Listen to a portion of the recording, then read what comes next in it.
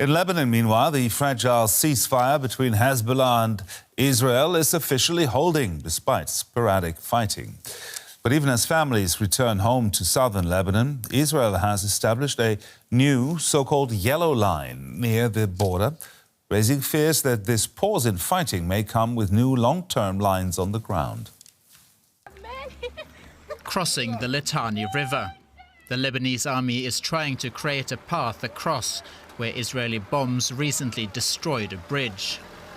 After a 10-day ceasefire was declared last Thursday, thousands of displaced people began heading south. I hope that the 10 days of ceasefire will end well, and that people will return to their homes safe and the crisis will be over. The Hamza family did return home, only to find their apartment in ruins. But despite the destruction, they've chosen to stay, trying to resume their lives. Still, they're getting ready to leave again if the war returns. I'm packing, but I don't think I will leave. But just in case something happens, we'd be ready to flee. Closer to the Israeli border, the Israeli military has established what it describes as a yellow line of demarcation, a measure similar to one it previously applied in Gaza. It's the first time Israel has publicly used the term in reference to Lebanon, prompting concerns that the temporary security zone could become an open-ended occupation. The Israeli army says it has carried out strikes against individuals it identified as terrorists within the zone in self-defense during the ceasefire. Israel's defense minister vowed to remove all threats to Israel's northern communities. We are holding this briefing while the Israel Defense Forces are deployed in the security zone in Lebanon up to the anti-tank line, at a depth of up to 10 kilometers from the coastline in the west to the approaches of Mount Hermon in the east. From this line, which our heroic soldiers captured, the Israel Defense Forces defend Israeli communities from any direct threat. From the Israeli side of the border, the destruction in Lebanon is visible. People here have lived through Hezbollah shelling, and many are skeptical the ceasefire will hold. The war is not over with Hezbollah. Hezbollah is like Hamas in Gaza. Is Hamas done in Gaza? No. So it's the same. As long as they have Iran to fund them, they will survive. Back in Lebanon, more people make their way south, many with Hezbollah flags in the car windows. For now, the road south is open, but for some, the journey home remains as uncertain as the ceasefire itself. And earlier I spoke to Aaron David Miller, a senior fellow at the Carnegie Endowment for International Peace, who spent 25 years at the US State Department advising on Middle East policy. I asked him whether Israel is applying the same yellow line concept in Lebanon now as it did in Gaza. Look, in the wake of October 7th, the Israelis have introduced, in my judgment, a new security doctrine. Prevention and preemption is not enough. It's important to begin to operate in the actual territory and space of Israel's adversaries. So you see this with Hamas in Gaza, where the Israelis control 50+% and have created a de facto border, which is increasingly militarized and hardened, with Hamas controlling 47%. In Syria, you see it, where the Israelis have preemptively struck in areas southwest of Damascus and effectively have turned that area leading up to the Golan Heights as a sort of no-go demilitarized view. And you see it in the West Bank, where the Israeli presence is more militarized, I think, than at any point since the Second Intifada. In Lebanon, you see it as well. I mean, you can call it an occupation or not an occupation. The reality is the Israelis are much more risk-ready in Lebanon. They will preempt and prevent. They will probably harden some of those positions. It's great expense, both in terms of money and human resources, in order to formally occupy roughly 10% of Lebanon. Not sure that's what the Israelis have in mind, but there's absolutely no question, ceasefire or no ceasefire, that they have made a judgment and a determination that they have to pursue a much more aggressive policy in all of these areas. So you're saying that Israel is preparing a permanent occupation of southern Lebanon? No. I'm saying that the Israeli military is much more risk ready in these areas. They are going to operate in a way that they haven't in the past. Although, Israel's experience in southern Lebanon, they set up a security zone staffed up by something called the Southern Lebanese Army under the control of Major Saad Haddad, a Lebanese Christian. And Ehud Barak withdrew Israeli forces in 2000. You now have a quote-unquote blue line recognized by the United Nations as the de facto border between Israel and Lebanon. Again, I think when we talk about formal occupation, we're not talking about building settlements as the Israelis have in Gaza until 2005, where Sharon, basically architect of the settlement enterprise, basically dismantled the settlements and moved 8,000 Israelis out. We're not talking about colonization or settlements in the area between, let's say, the northern border and the Litani River. You're just talking about a much heavier Israeli military presence. And they are now paying contractors to destroy civilian infrastructure as well. So you're going to end up with a situation where there'll be far fewer Lebanese, and from the Israeli perspective, particularly among the Shia community, far fewer Hezbollah operate in this area. Whether it's going to work, I doubt it.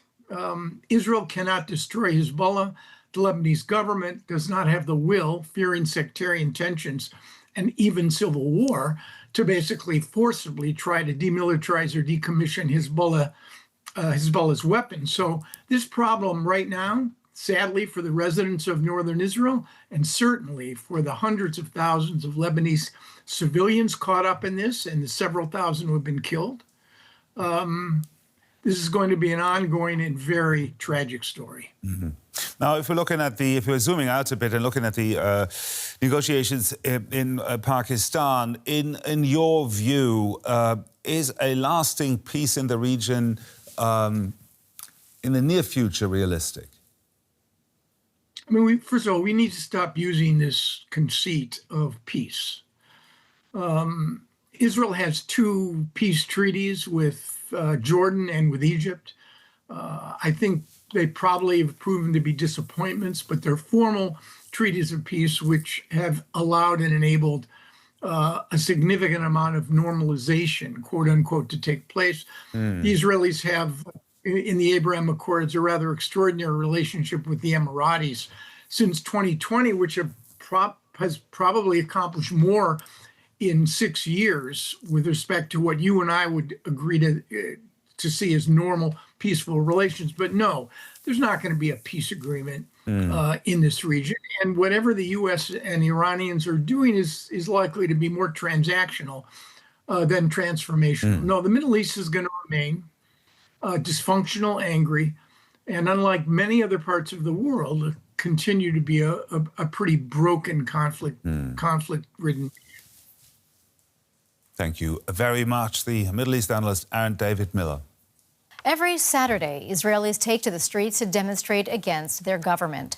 But anti-war protesters are in the clear minority. Most Israelis support the wars in Iran and Lebanon. DW spoke to 2 mothers of Israeli soldiers who find themselves at opposite ends of the debate. Michal Brody and Hannah Giat are 2 Israeli women, both with sons serving in the army, who are on opposite ends of the debate on Israel's wars in Iran and Lebanon. Michal Brody wants them both to end. If we don't oppose, we will all be dead. That's what the government is going to. The government is killing us all, the citizens, the soldiers, our neighbors. Hannah Giat wants Israel to fight the wars until the end. I know that if I care not only about my sons, but about my grandchildren, about the next generations, we must carry out this war to the end. We must win. Our children must go into this battle, as hard as that is.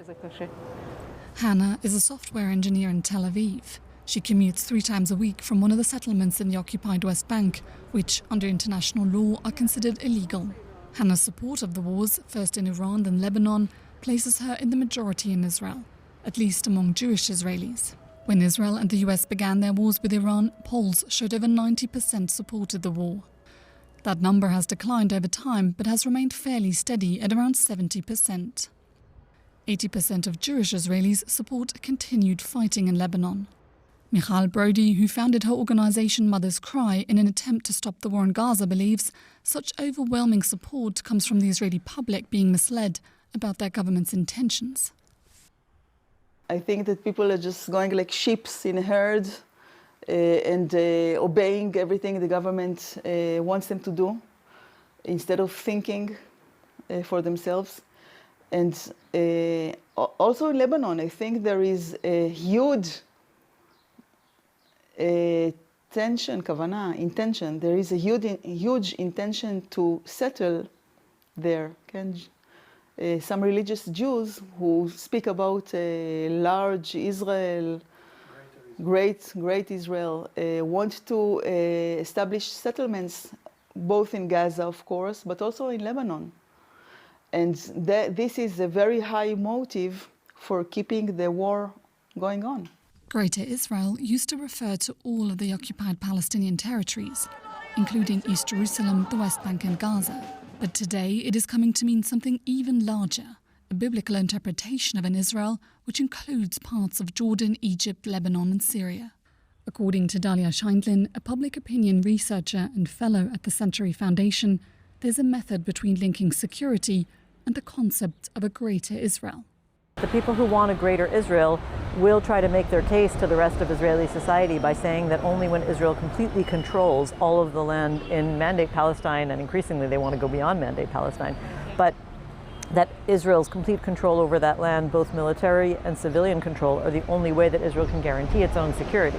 It's a view that completely ignores the other side, the other historical examples, no less relevant, that when Israel withdrew, for example, from the Sinai Peninsula and dismantled its settlements, in return it achieved a full peace agreement with the state of Egypt that has been in place for nearly 50 years at this point. Hannah, together with others, lobbies in the Knesset for more rights and benefits for soldiers, such as tax breaks and longer holidays, and more legal support. Israel has been accused of committing genocide in Gaza, and there's a growing concern soldiers could be prosecuted abroad for their conduct in the enclave. For Hannah and others, they say that their core interest is in keeping Israel secure in perpetuity. At a group meeting for her pro-war NGO combatants' mothers, she tells me that that can be gained through military means. It can be achieved. It can be achieved. We just have to do it. And this is what we're fighting for. Give our soldiers all the resources they need and all the backup they need in order to do the job. For Michal Brody, she says the best way to ensure soldiers' safety is keeping them alive by not sending them to fight unnecessary wars. The Israeli society think that me and my friends are traitors. And I say that that's the opposite. It's the opposite that is right, because we are trying to save the Israeli state and the Israeli people. We are trying to save all of us, because we are all going to a catastrophe.